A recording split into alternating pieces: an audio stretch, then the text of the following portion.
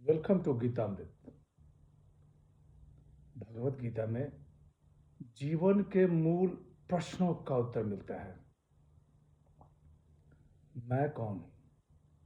आत्मा क्या है? आत्मा का स्वरूप कैसा है? गीतामृत में इन्हीं विषयों का वर्णन सरल शब्दों में।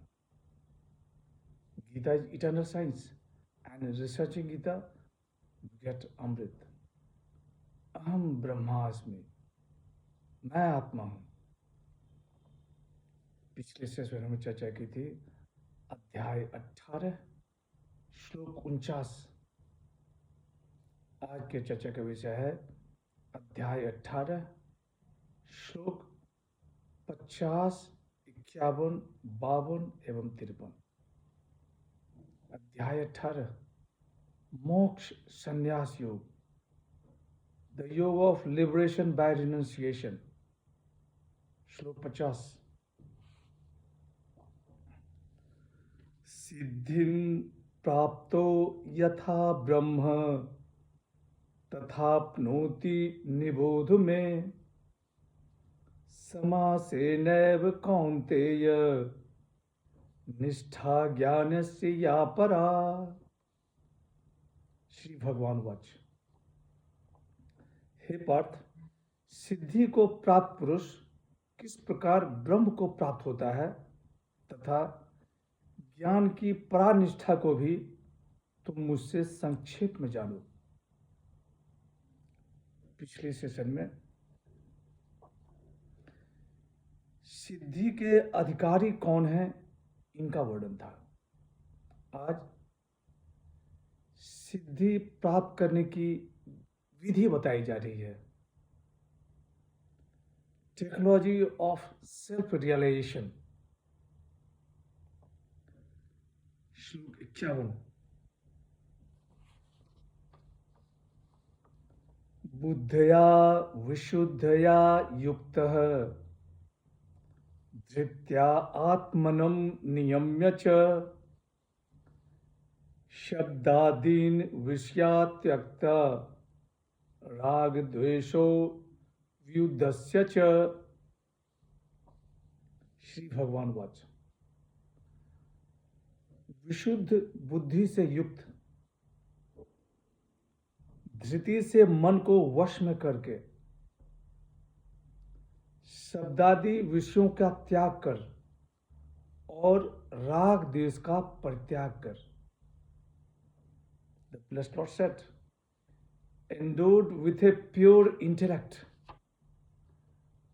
controlling the self by firmness, relinquishing sound and other objects, and abandoning attraction and hatred. बुद्धया विशुद्धया युक्त,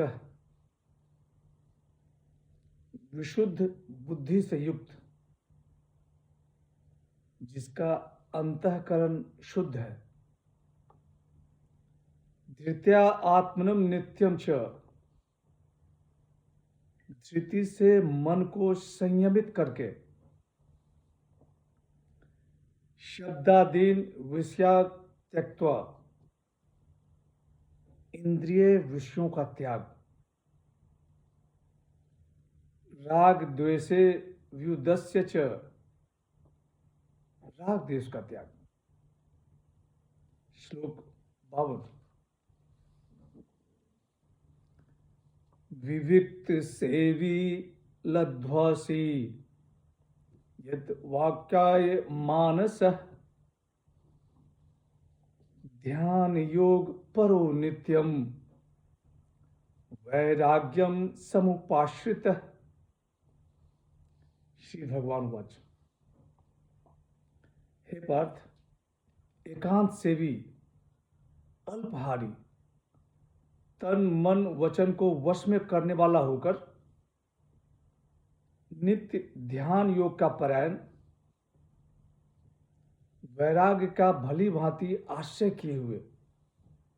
the blessed Lord said, dwelling in solitude, eating but little, with speech, body and mind subdued, always engaged in meditation and resorting to this passion.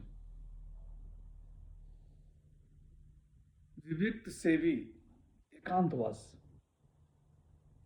लब्ध्वासी अल्पहारी,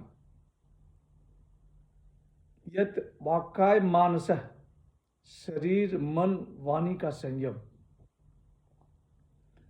ध्यान योग परो नित्यम, ध्यान योग में सदा परायण, व्यवहार में भी चलते फिरते खाते पीते, वैराग्य समुपाश्रित, वैराग पर आश्रित। श्लोक 53।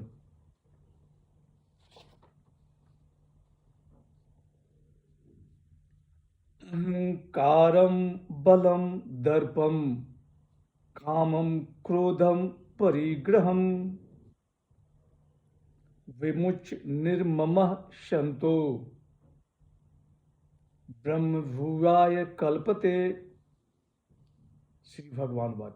हे पार्थ, अहंकार, बल, दर्प, काम, क्रोध और परिग्रह का त्याग करके एवं निर्मम तथा शांत होकर ब्रह्म प्राप्ति का पात्र हो जाता है।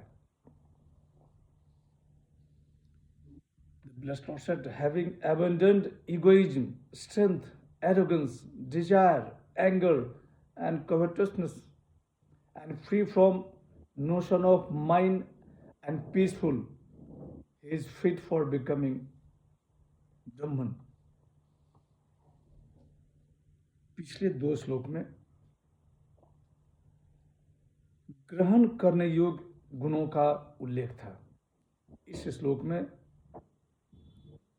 त्याग करने वाली दुर्गुणों का उल्लेख है। अहंकार, बल, दर्प, काम, क्रोध और परिग्रह का त्याग, इनसे मुक्ति एवं स्वामित्व भाव रहित तथा शांत होकर साधक ब्रह्म प्राप्ति का पात्र हो जाता है। श्लोक 51, 52 और 53 इनको एक साथ देखते हैं। भगवान श्री कृष्ण कह रहे हैं कि हे पार्थ, विशुद्ध बुद्धि से युक्त होकर धैर्य पूर्वक मन को वश में करते हुए इंद्रिय विषयों का त्याग कर राग तथा द्वेष से मुक्त होकर जो व्यक्ति एकांत स्थान में वास करता है, जो थोड़ा खाता है, जो अपने शरीर, मन तथा वाणी को वश में रखता है, जो सदैव समाधि में रहता है तथा पूर्णतया विरक्त है, मिथ्या अहंकार, मिथ्या शक्ति, मिथ्या गर्व, काम, क्रोध तथा भौतिक वस्तुओं के संग्रह से मुक्त, जो मिथ्या स्वामित्व की भावना से रहित तथा शांत है, वह निश्चय ही आत्म साक्षात्कार का पात्र हो जाता है। आज की चर्चा यहीं समाप्त करते हैं। अगले सेशन में चर्चा को और आगे बढ़ाएंगे। यदा यदा ही धर्मस्य ग्लानिर्भवति भारत अभ्युत्थानम् अधर्मस्य तदात्मानं सृजाम्यहम्। ओम तत्सत। हरे कृष्ण।